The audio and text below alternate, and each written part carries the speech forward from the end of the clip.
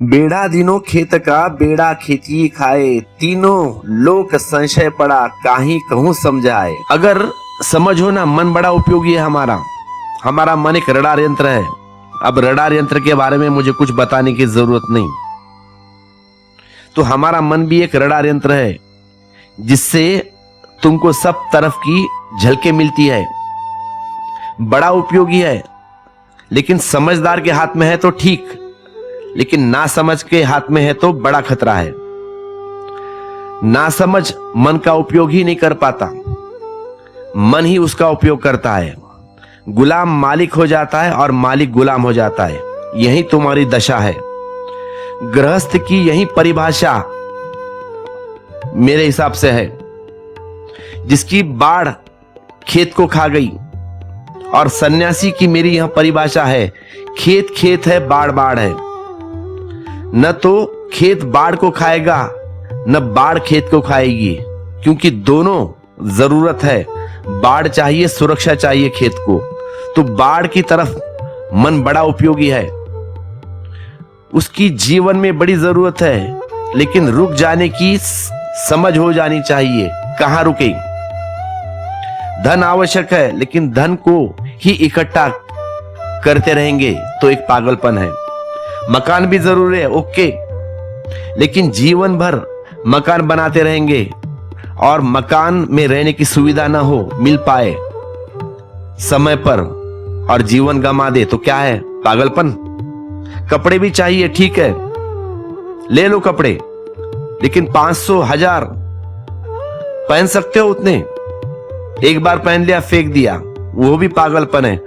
अगर ठीक ठीक आदमी विवेकपूर्ण ढंग से जिए तो मन से ज्यादा कुशल कोई यंत्र नहीं है। अभी तक कोई यंत्र वैज्ञानिक नहीं बना पाए जो मन के मुकाबले हो। दूर देख सकता है, पास देख सकता है, परिस्थिति की गणित को पूरा समझ सकता है, सुरक्षा के उपाय खोज सकता है, जीवन को बचाने की 1000 विधियां बना सकता है। सब आवश्यक है, लेकिन यह जीवन नहीं है।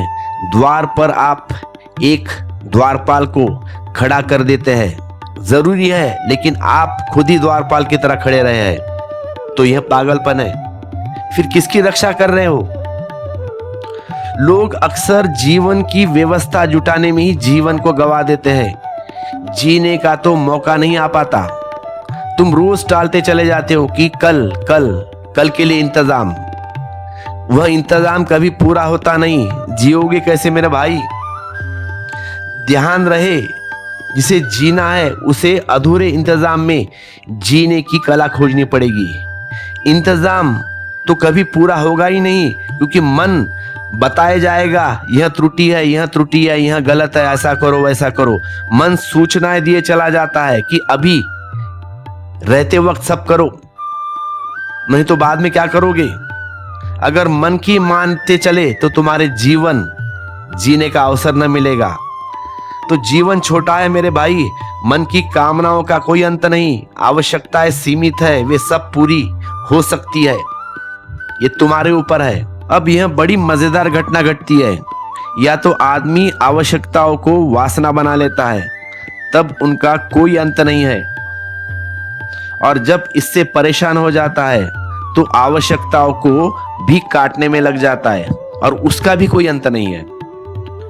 तो 2 तरह के लोग हैं दुनिया में, 2 तरह के पागलों से बनी है ये दुनिया। एक पागल है जिन्होंने आवश्यकताओं में ही सब कुछ गंवा दिया। फिर जब ये पागल थोड़े से परेशान हो जाते हैं अपनी इस दौड़ से, तो दूसरा पागलपन पैदा करते हैं। वह इन्हीं का शीर्षासन करते हुए रूप है।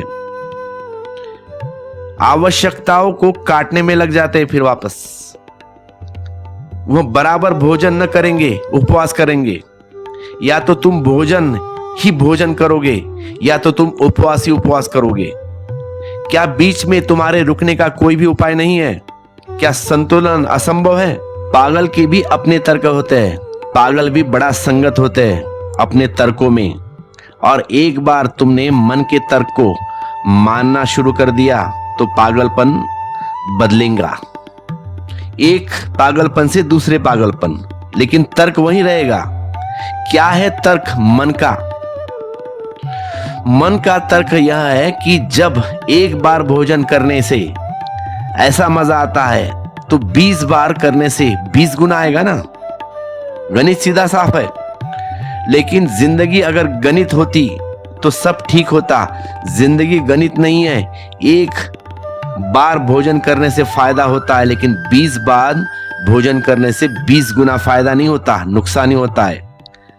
फिर अगर तुमने 20 गुना भोजन किया तो तुम आज नहीं कल परेशान हो जाओगे, बीमार हो जाओगे, रुग्ण हो जाओगे, सारा शरीर इनकार करेगा, भोजन फेंकना चाहोगे। फिर तुम जब तुम ऊब जाओगे तब तुम कहोगे कि भोजन से इतनी दिक्कत होती है तो उपवास ठीक है, तो भोजन बंद कर दो। अब गणित सीधा साफ है। जब भोजन से इतना नुकसान होता हो और परेशानी होती हो तो भोजन ही मूल जड़ है दुख की। इसलिए सारी दुनिया में उपवास के पंथ है। बंद कर दो भोजन, उपवास कर लो। अब तुम दूसरी अति पर जा रहे हो, फिर वहां भी दुख पाओगे। मध्य में रुक जाना मन से मुक्त होने की प्रक्रिया है। मन जीता है अतियों में, एक्सट्रीम में, घड़ी के पेंडुलम की भांति एक कोने से दूसरे कोने पर, बीच में रुकता नहीं। बीच में रुका तो घड़ी रुकी। जिस दिन तुम बीच में रुकोगे उस दिन मन की घड़ी भी रुक जाएगी। उस दिन माया रुकती है और माया की सारी तड़पन तुम में ही समा जाती है और उस तड़पन से बड़ा विराट सौंदर्य का जन्म होता है, बुद्धत्व का जन्म होता है। उससे कबीर पैदा होता है, उससे कृष्ण पैदा होता है, उससे क्राइस्ट पैदा होता है। तो बेड़ा दिनों खेत को, बेड़ा खेतिए खाए, तीनों लोग संशय पड़ा कहूं समझाए।